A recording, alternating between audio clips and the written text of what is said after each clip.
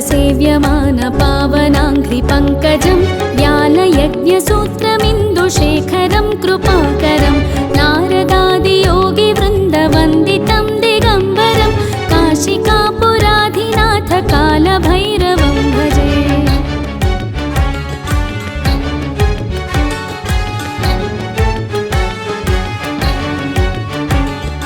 भानुकोटिभास्वरं भवाब्धितारकं परं नीलकण्ठमीप्सितार्थदायकं त्रिलोचनं कालकालमम्बुजाक्षमक्षशूलमक्षरं काशिकापुराधिनाथ कालभैरवं भजे।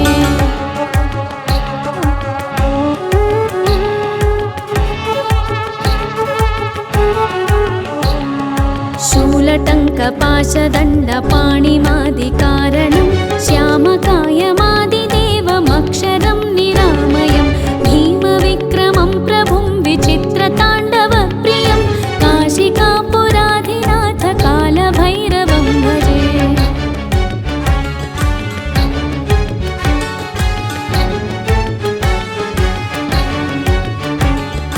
भुक्तिमुक्तिदायकं प्रशस्तचारुविग्रहं भक्तवत्सलं स्थितं समस्तलोकविग्रहं विनिक्वणन्मनोज्ञहेमकिङ्किणीलसत्कटिं काशिकापुराधिनाथ कालभैरवं भजे।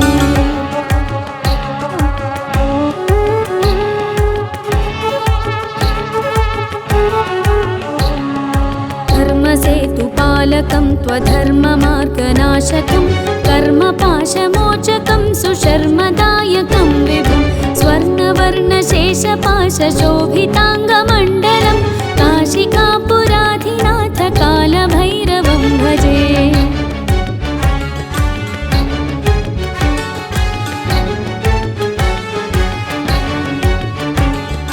रत्नपादुकाप्रभाभिरामपादयुग्मकं नित्यमद्वितीयमिष्टदैवतं निरञ्जनं मृत्युदर्पनाशनं कराळदंष्ट्रमोक्षणं काशिकापुराधिनाथ कालभैरवं भजे।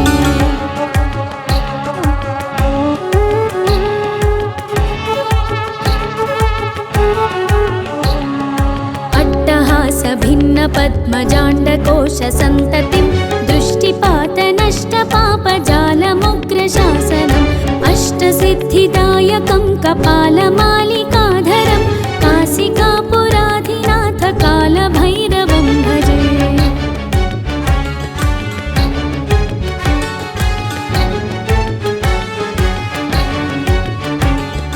भूतसङ्घनायकं विशालकीर्तिदायकं काशीवासलोकपुण्यपापशोधकं विभुं नीतिमार्गकोविदं पुरातनं जगत्पतिं काशिकापुराधिनाथ कालभैरवं भजे।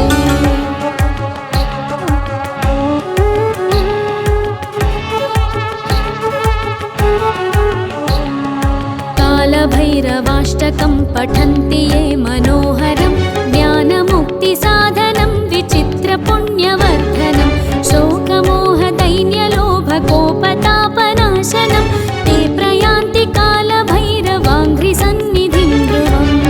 इति श्रीकालभैरवाष्टकं सम्पूर्णम्।